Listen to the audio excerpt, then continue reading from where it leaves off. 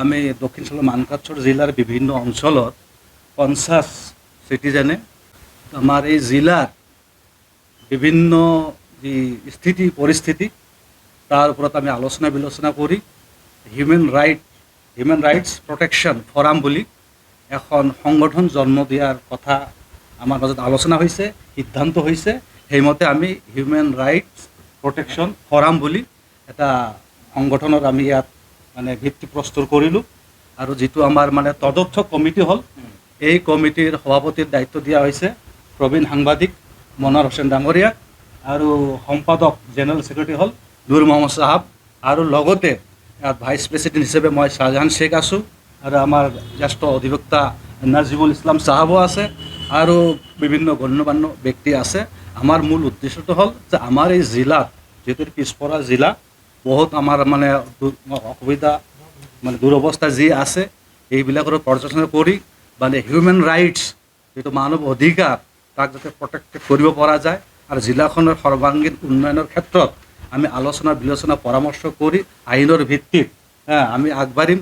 আৰু আমাৰ এই সংগঠনটো অতি সোনকালে আমাৰ ছ'চাইটি ৰেজিষ্ট্ৰেশ্যন এক্টৰ আণ্ডাৰত এইটো ৰেজিষ্ট্ৰেশ্যন কৰা হ'ব, আৰু সেইমতে আমি কাম কাজ কৰি যাম। আজিৰ উদ্দেশ্য মানে বৈঠকৰ উদ্দেশ্য এইখিনি।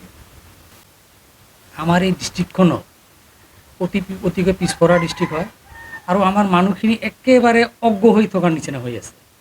আমাৰ চকুৰ আগতো এনেকুৱা হৈ আছে কেতবিলাক ঘটনা, আমি যিটো ধৰক প্ৰকৃত উপযুক্ত এটা ফৰামৰ অভাৱত হয়তো ইয়াৰ প্ৰতিৰোধ কৰিব পৰা নাই।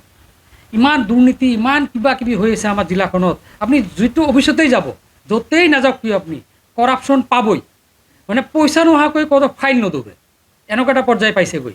অথচ মানুহবিলাক কি হৈছে, এই ছিষ্টেমৰ লগত মিলি যোৱাৰ নিচিনা এটা হৈছে, বোলে হয় পইচা দিবলৈ যাব লাগে নেকি ফাইল, এনেকৈ গৈ আছে।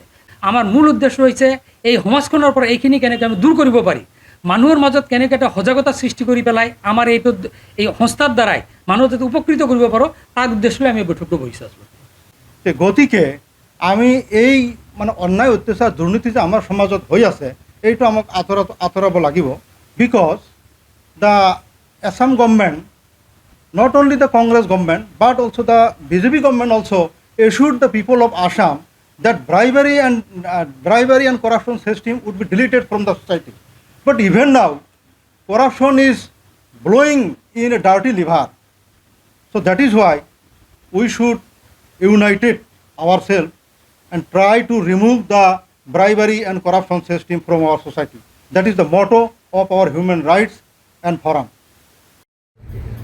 আমি আজি জিলাখনৰ বিভিন্ন স্তৰৰ সচেতন ব্যক্তি আজি সমবেত হৈছোঁ। আমাৰ জিলাখনত জিলা ঘোষণাৰ আগত আৰু তাৰ পিছৰ পৰাও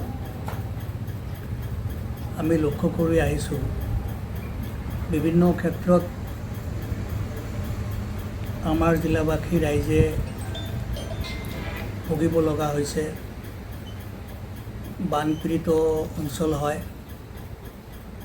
গৰাখহনীয়া, এনেকুৱা নানান বিধৰ অসুবিধাৰ সন্মুখীন হ'বলগীয়া পৰিস্থিতি হয়। পিছ পৰি থকা এখন জিলাত আমি অনুভৱ কৰিছোঁ যে এটা অৰাজনৈতিক সংগঠন,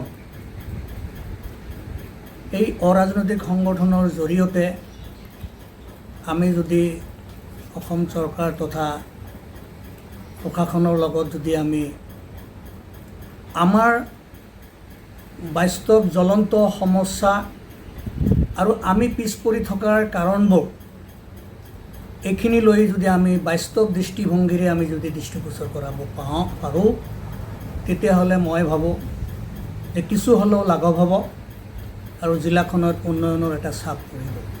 আমি সৰ্বাংগীন উন্নয়ন কল্পে আমি আজি সমবেত হৈছোঁ, আৰু এখন non governmental organisation human rights protection forum নামেৰে নামাকৰণ কৰি আজি আমি এইটো কমিটিও গঠন কৰিলে। যিকোনো খবৰৰ বাবে যোগাযোগ কৰক 9181 307 221 আমাৰ এই নম্বৰত।